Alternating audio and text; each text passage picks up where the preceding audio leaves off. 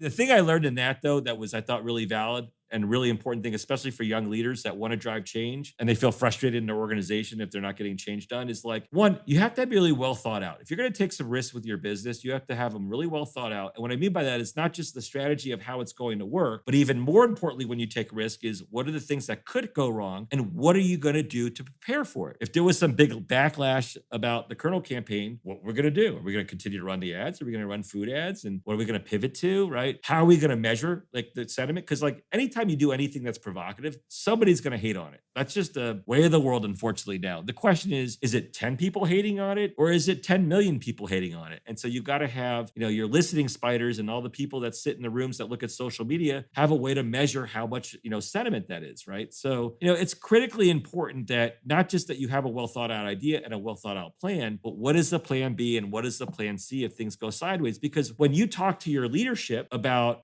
this is something I'm passionate about and something I want to do, as long as you talk about plan B and plan C and they know that you've thought about what could go wrong, it's a lot easier for them to have your back versus like, I hope it works. Senior leaders like me and you, we want people to enact change, but you got to have it well thought out and you got to think about plan B and plan C. And if you do those things, we're going to have your back every time.